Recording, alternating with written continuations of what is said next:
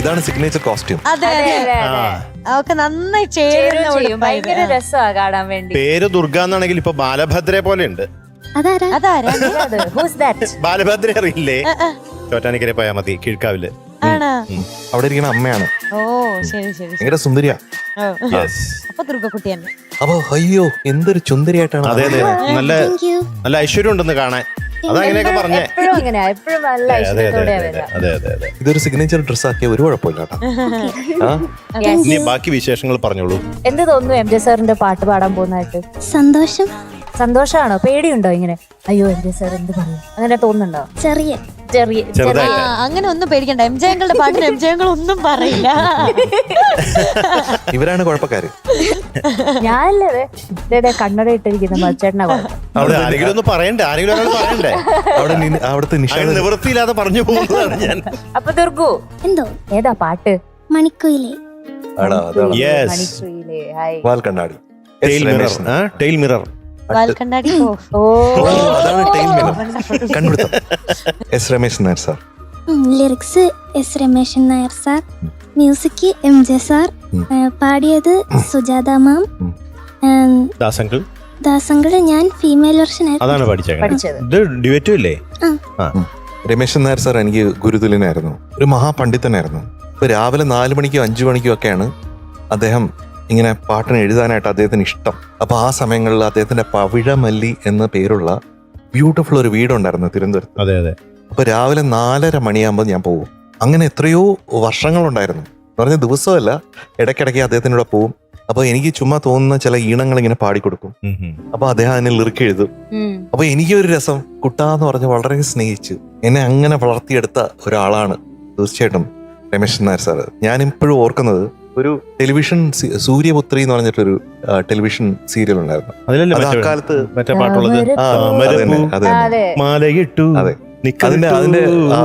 അത് ഇതുപോലെ രാവിലെ 5 മണിക്ക് ചെയ്തൊരു പാട്ടാണ്. താമരപ്പൂ മാലയിട്ടു പൊട്ടു തൊട്ടു സൂര്യപുത്രി ഹിറ്റായിരുന്നു. പട്ടുടുത്തു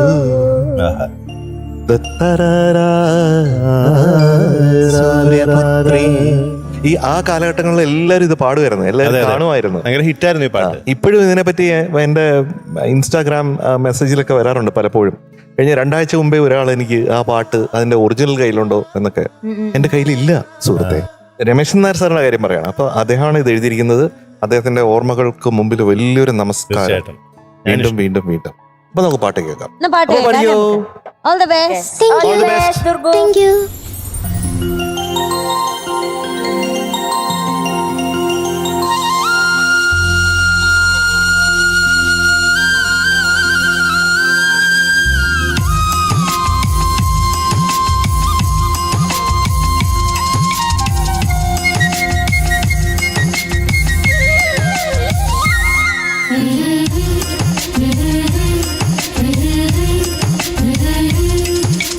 മണിക്കുയിലേ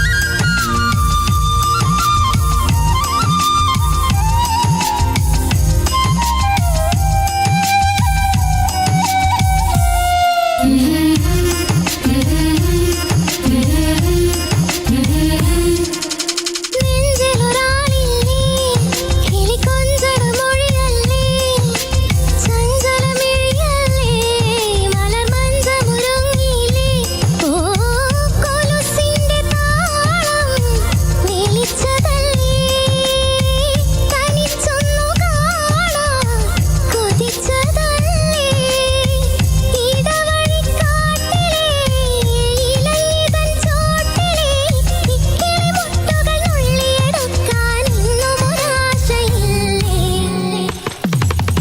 മണിക്കോയിലേ മണിക്കോയിലേ മാറിക്കാവിൽ പോരൂലേ മൗനരാഗം മൂളൂലേ നിറമഴയിൽ ചിരിമഴയിൽ നീയും ഞാനും നനയൂലേ നീലക്കണ്ണും നിറയൂലേ ചെറുതാലിയണിഞ്ഞില്ലേ മിനുമിന്നടമിന്നല്ലേ ചില്ലഴിവാതിൽ മെല്ലെ അടഞ്ഞു നല്ലിരവിൽ തനിയേ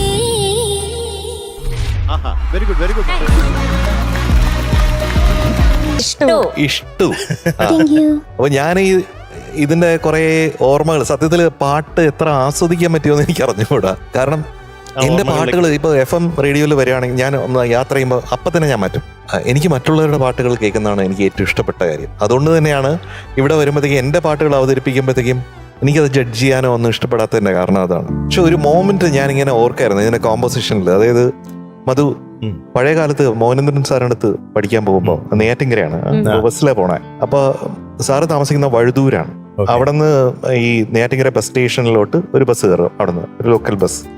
അപ്പൊ അങ്ങനെ പോയി അവിടെ നെയ്യാറ്റിൻകര ബസ് സ്റ്റേഷനിൽ എത്തിയിട്ട് അവിടെ നിന്ന് കരമനയിലോട്ട് അടുത്ത ബസ് കയറും.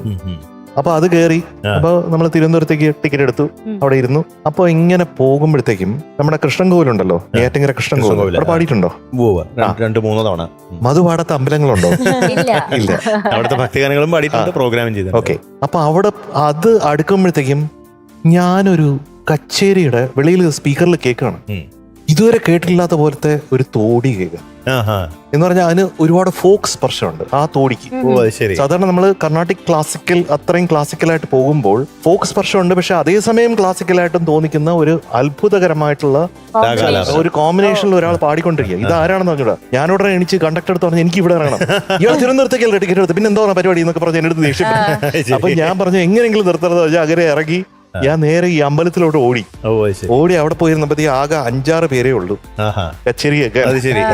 അപ്പൊ എനിക്കിത് ആദ്യം ഒരു വയസ്സായ ഒരാളാണ്. അപ്പൊ ഞാൻ ചോദിച്ചു ഇത് ആരാണ് എന്ന് അടുത്തിരുന്ന ഒരാൾ ചോദിച്ചു. അപ്പൊ പറഞ്ഞു ഇതാണ് മധുര സോമോ. മധുര സോമോ. Oh my God.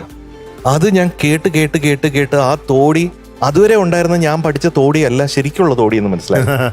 അപ്പോഴത്തേക്കും ഇങ്ങനത്തെ ചില മോമെന്റ്സ് ആണ്.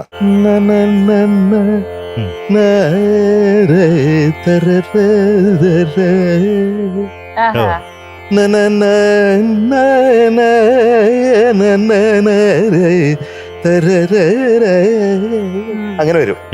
അപ്പൊ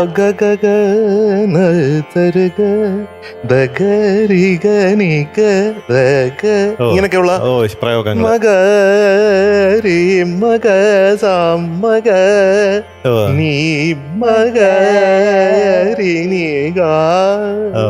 എന്നൊക്കെ പാടുന്ന രീതിയിലുള്ളതാണ്.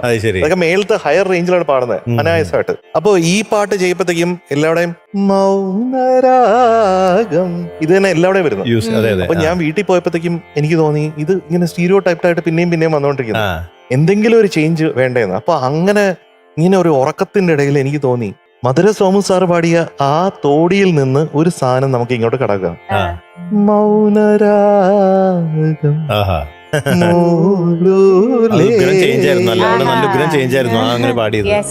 അങ്ങനെയാണ് ആ ഒരു നോട്ട് എനിക്ക് കിട്ടിയെന്നുള്ളത്.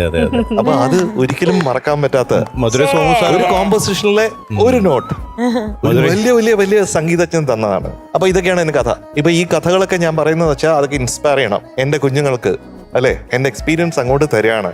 ഒത്തിരി സ്നേഹത്തോടെ. അപ്പോൾ ഓരോ കോമ്പോസിഷനും ഓരോ കമ്പോസേഴ്സ് ചെയ്തതിന്റെ പിന്നിൽ ഇതുപോലത്തുള്ള ഒരുപാട് സ്റ്റോറീസ് ഉണ്ടാവും. അപ്പൊ അവരെ ഇൻസ്പയർ ചെയ്ത പോലെ പാട്ട് പാടുമ്പോൾ പാട്ടുകാരനെയും ഇത് ഇൻസ്പയർ ചെയ്യണം ഷുവറായിട്ട് കേട്ടോ. അപ്പൊ ആ രീതിയിൽ എനിക്ക് വളരെ ഇഷ്ടം. ഇത് ഈസി അല്ല പാടാനായിട്ട്. വെരി വെരി ഗുഡ് അറ്റംപ്റ്റ് കേട്ടോ, അത് പറയാതിരിക്കാൻ പറ്റുന്നില്ല.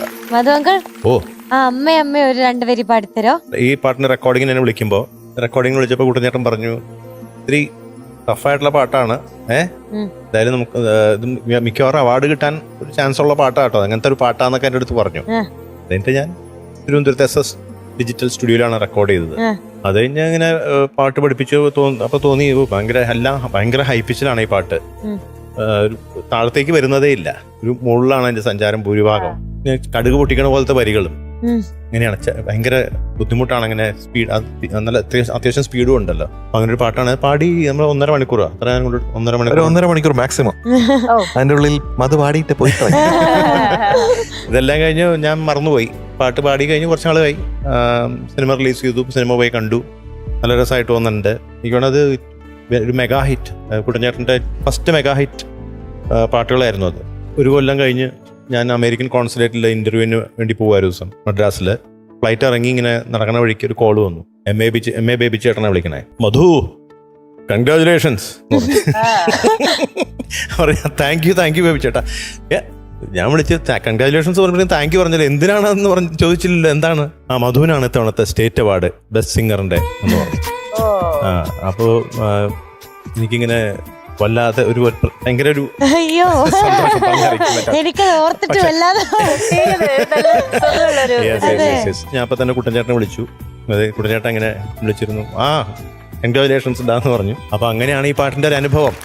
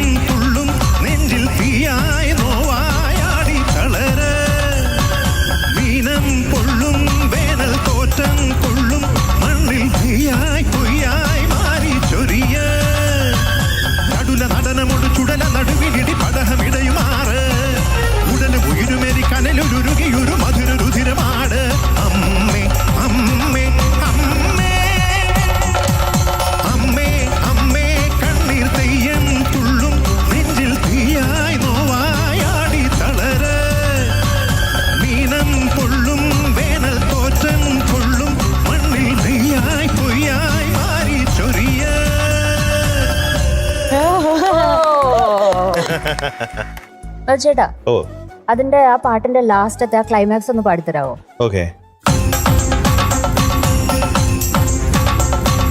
അടവി ഞെട്ടിയുണരുന്ന ഗർജനവും അമരപാദമണിയുന്ന പൊന്തണയും ഉടലിലിട്ടൊലരുന്ന അസ്ഥിമാലകളും ഇളകിടുന്ന ചിടപടലവും കൊടിയും ഇടയും ഉഗ്ര നടനമാടുക.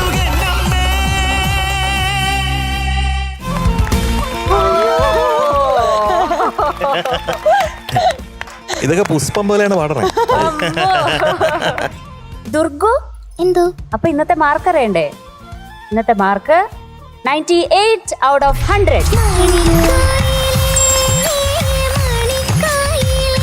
ദുർഗക്കുട്ട, എന്തോ ഇപ്പൊ നമ്മൾ എങ്ങോട്ടേക്കാ പൊക്കോണ്ടിരിക്കുന്ന ടോപ്പ് സിംഗറിൽ ഇപ്പോ? എന്തോ ഒരു മേലോട്ടാണോ? കേട്ടില്ല അല്ലേ?